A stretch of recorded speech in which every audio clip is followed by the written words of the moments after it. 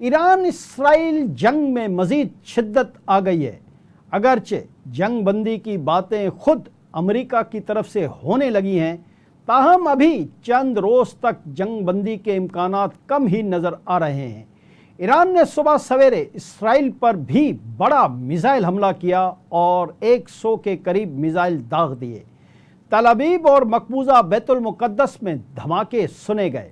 اسرائیلی army radio کے مطابق اتوار کی رات ہونے والی ایرانی حملوں میں 8 اسرائیلی ہلاک ہو گئے۔ اسرائیل ایمرجنسی سروس کے مطابق ایران کے تازہ ترین حملے میں سے 92 افراد زخمی بھی ہوئے ہیں۔ اسرائیل کے دفاعی نظام نے کئی حملوں کو فضا میں ناکام بنانے کی کوشش کی۔ حیفا میں ایران کے میزائل حملوں سے پاور پلانٹ میں آگ لگ گئی۔ حیفا پاور پلانٹ پر میزائل حملے کے نتیجے میں وسطی اسرائیل میں بجلی بند ہو گئی اور اسرائیل کے وسطی علاقوں میں نقصانات بھی ہوئے۔ تل ابیب میں بھی کئی راکٹ گرے ہیں جن سے نقصانات بھی بہت زیادہ ہوئے ہیں۔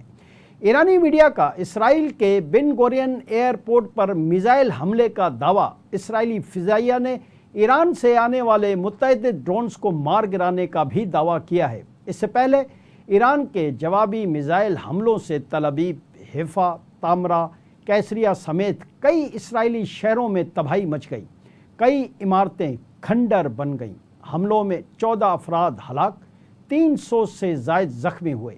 ایرانی فوج نے کہا ہے کہ اسرائیل کا کوئی کونا رہنے کے قابل ہی نہیں چھوڑیں گے۔ اسرائیلی آبادکار مقبوضہ علاقے فوری خالی کر دیں۔ تل ابیب میں ایرانی میزائل حملے سے امریکی سفارت خانے کو بھی معمولی نقصان پہنچا ہے۔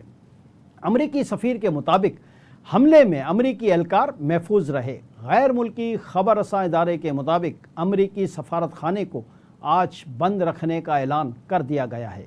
واضح رہے کہ ایران نے صبح سویرے اسرائیل پر بھی بڑا میزائل حملہ کیا اور 100 کے قریب میزائل داغ دیے، جبکہ تل ابیب اور مقبوضہ بیت المقدس میں دھماکے سنے گئے۔ اسرائیل کے دفاعی نظام نے کئی حملوں کو فضا میں ناکام بنانے کی کوشش کا دعویٰ کیا ہے۔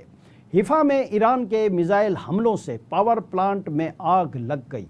حیفا پاور پلانٹ پر میزائل حملے کے نتیجے میں پورے وسطی اسرائیل میں بجلی بند ہو گئی ہے۔ اتوار کی رات بھی ایران نے اسرائیل کے متعدد مقامات پر میزائل حملے کیے تھے جن سے کئی عمارتیں متاثر ہوئیں۔ حیفا میں ایرانی میزائل حملے سے 4 افراد زخمی بھی ہوئے۔